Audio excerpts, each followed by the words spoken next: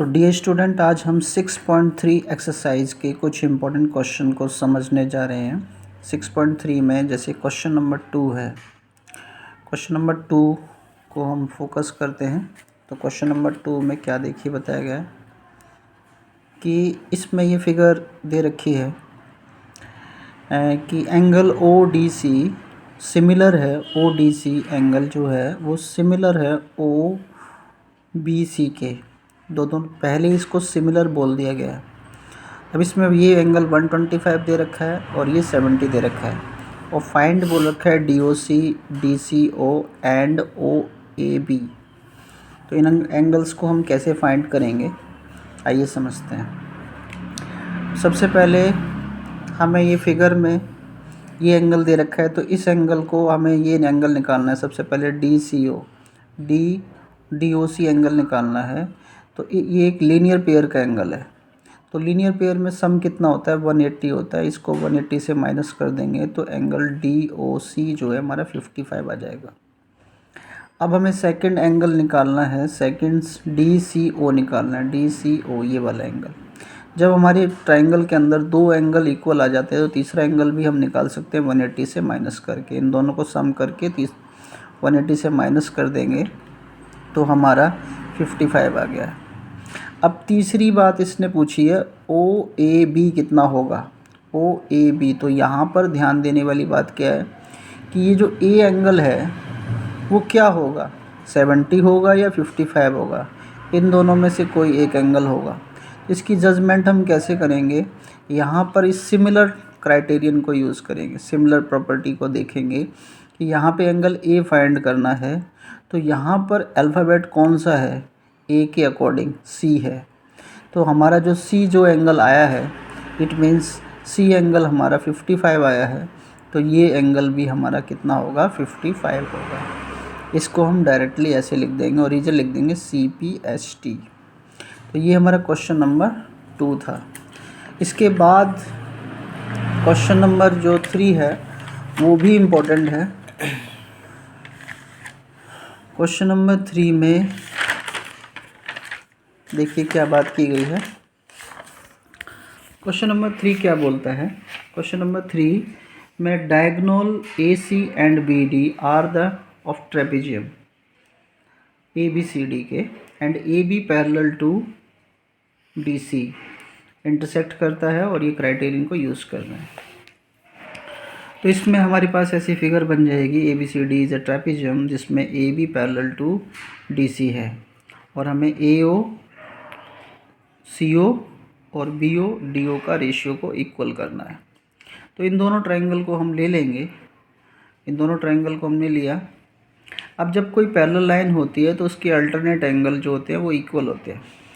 तो पहले angle 1 equal to लिख देंगे हम एंगल 2 पर और एंगल 3 लिख देंगे एंगल 4। तो ये हमारे अल्टरनेट एंगल हो गए। तो सिमिलर प्रॉपर्टी करने के लिए दो एंगल इक्वल लिख देंगे तो ये ट्रायंगल सिमिलर हो जाता है।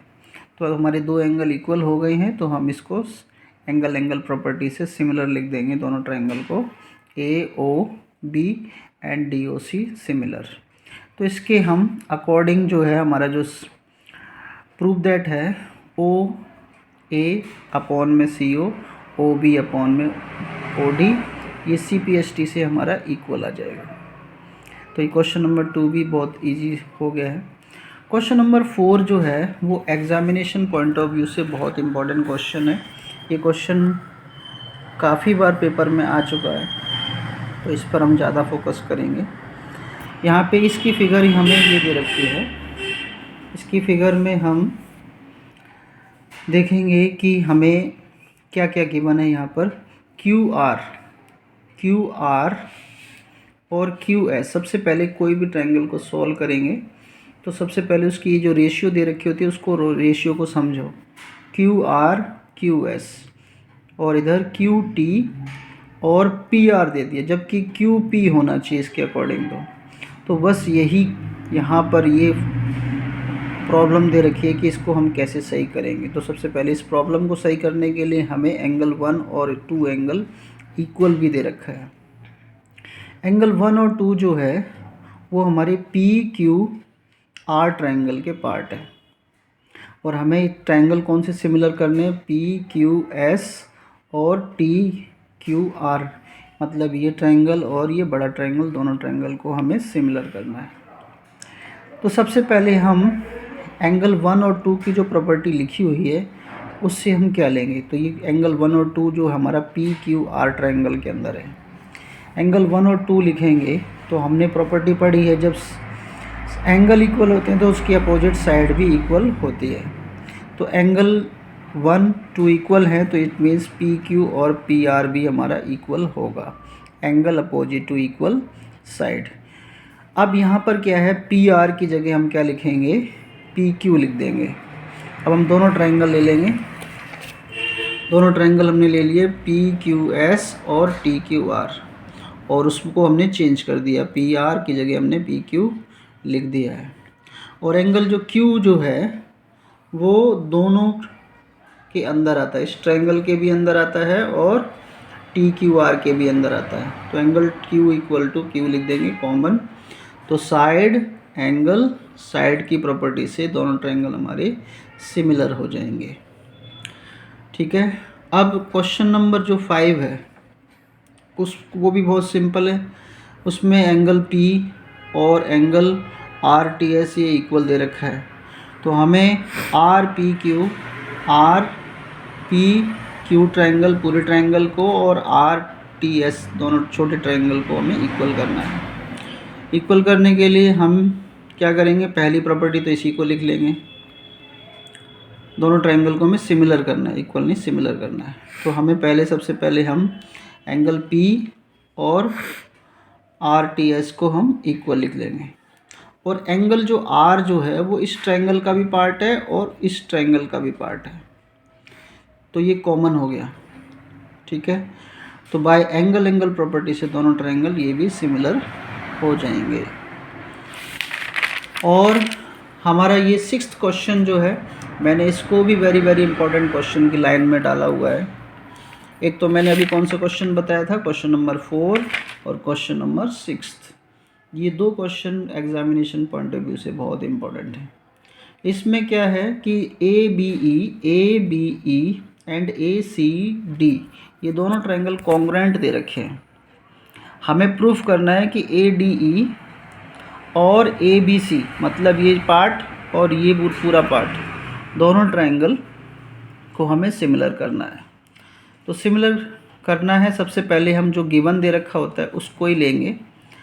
तो जो हमारे पास गिवन है ABE और ACD, इसको हम कॉन्ग्रुएंट लिख देंगे। तो हमारे AD इक्वल हो जाएगा AE के और AB इक्वल हो जाएगा AC के। तो इसको हम CP/CT से लिख सकते हैं। कोई भी ट्रायंगल कॉन्ग्रुएंट होता है तो उसके पार्ट जो होते हैं इक्वल हो जाते हैं by the property of CP/CT। अब जो हमें ट्रायंगल सिमिलर करने, उन दोनों को ट्रायंगल को हमने लिख लिया। अब इसके हम जो हमारे ये साइड जो है ना इक्वल आई है, इसका रेशियो बना लो, AD में AB बना लो और AE में AC बना लो। तो ये रेशियो बन जाएगी हमारी, और ये एंगल जो A है वो दोनों ट्रायंगल के अंदर कॉमन हो जाएगा। तो साइड एंगल साइड की प्रॉपर्टी से दोनों ट्रायंगल क्या हो जाएंगे, इक्वल हो जाएंगे। तो क्वेश्चन नंबर 6 भी एग्जामिनेशन पॉइंट ऑफ व्यू से बहुत इंपॉर्टेंट है।